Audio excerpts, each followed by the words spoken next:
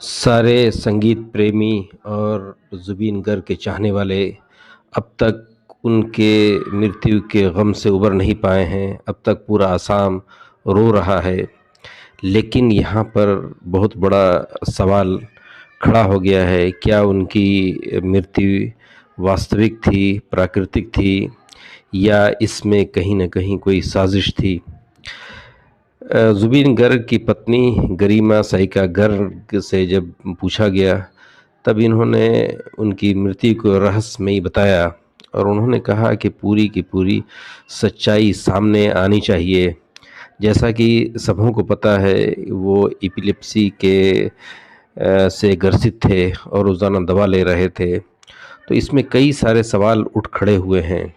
वैसे उनकी मौत ने पूरे आसाम को ख़ास करके पूरा झकझोर करके रख दिया है। लेकिन क्या ये सिर्फ़ एक हादसा है या इसके पीछे एक बड़ी साज़िश है? आज हम चलेंगे उस रहस्य की गहराइयों में जहाँ हर सबूत, हर सवाल मायने रखता है। ज़ुबिन गर्ग आसाम का जाना-माना नाम, संगीत का सितारा, 52 साल की आयु में 19 सितंबर 2025 को सिंगापुर में डूबने से उनका डेथ हो गया। उन्हें उसी समय NEIF यानी नॉर्थ ईस्ट फेस्टिवल के कार्यक्रम में भाग लेना था। सिंगापुर प्रशासन ने डूबने से उनकी मृत्यु की हुई इसकी वजह बताई है पोस्टमार्टम में। लेकिन लोगों ने तुरंत सवाल उठाए, अगर ये दुर्घटना थी तो कैसे? क्या चिकित्सा स्थिति या दुष्कृष्ट 60 संगठनों ने उसे तैयार किया? जल्द ही आसाम के नागरिकों ने कई शिकायतें दर्ज कराई। अब तक पूरे आसाम में या पूरे हिंदुस्तान में दर्जनों FIR दर्ज की जा चुकी है। NEIF के संयोजक श्याम कानू महंता और ज़ुबिन के मैनेजर सिद्धार्थ शर्मा, जिन्हें अब गिरफ्तार किया जा चुका है, क्या वो इस आरोपों में शामिल हैं? अभी तो सच्चाई आनी बाकी है। उनकी मृत्यु के उपरांत असम गवर्नमेंट ने SIT का गठन किया, जिसमें 10 सदस्य शामिल हैं और पूरी गहनता से उसकी जांच की जा रही है। अभी तक जो दोबारा उनका पोस्टमार्टम किया गया असम में, उसकी रिपोर्ट आना बाकी है। आरोपों में शामिल है लापरवाही, घातक साजिश और संवैधानिक हत्या नहीं होने वाली हत्या, यानी culpable homicide not amounting to murder. Zubeen की पत्नी गरिमा साइका गर्ग इस मौत को रहस्य में पहले ही, जैसा हम बता चुके हैं, वो कह चुकी हैं और उन्होंने कहा कि परिवार को पूरा सच बताया जाना चाहिए। सरकार ने भी SIT का गठन कर ही दिया है, जैसा मैंने पहले भी बताया।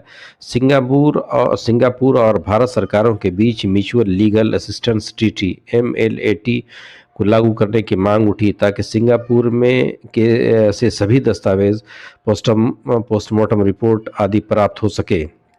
सिंगापुर में बताया गया कि ज़ुबिन एक याट पार्टी के दौरान पानी में गए।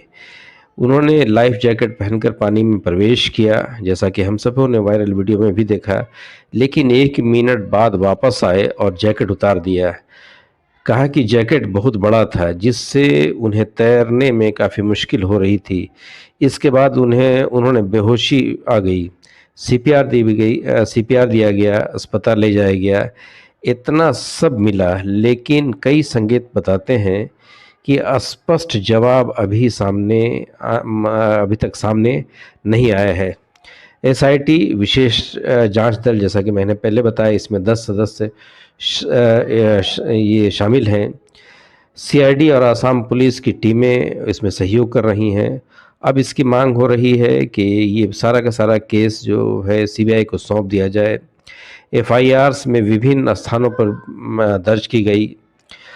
ये सारा का सारा चीज़ हुआ और 1 अक्टूबर को उनके मैनेजर्स और इवेंट के ऑर्गेनाइज़र को NCR वगैरह से गिरफ्तार किया जा चुका है। अब यहाँ पर बहुत तरह का सवाल ये होता है कि उनके मैनेजर्स को और जो ऑर्गेनाइज़र्स हैं, इनको तो 14 दिन की जुडिशियल कस्टडी में भेज दिया गया है। पुलिस इनसे जांच कर रही है। अब यहाँ पर संभावित जो तर्क हो सकते हैं, क्या ज़ुबिन की चिकित्सा स्थिति पहले दौरे या ब्लैकआउट का जो उनका होता था, कुछ जानबूझकर दबाया गया? यदि जैकेट बड़ा था तो उसे क्यों दिया गया? कोई जिम्मेदार निरीक्षण क्यों नहीं किया गया? यार्ड पार्टी में मौजूद अन्य लोग कौन थे? उन्होंने क्या देखा? उन्होंने कितनी स्पष्ट गवाही दी?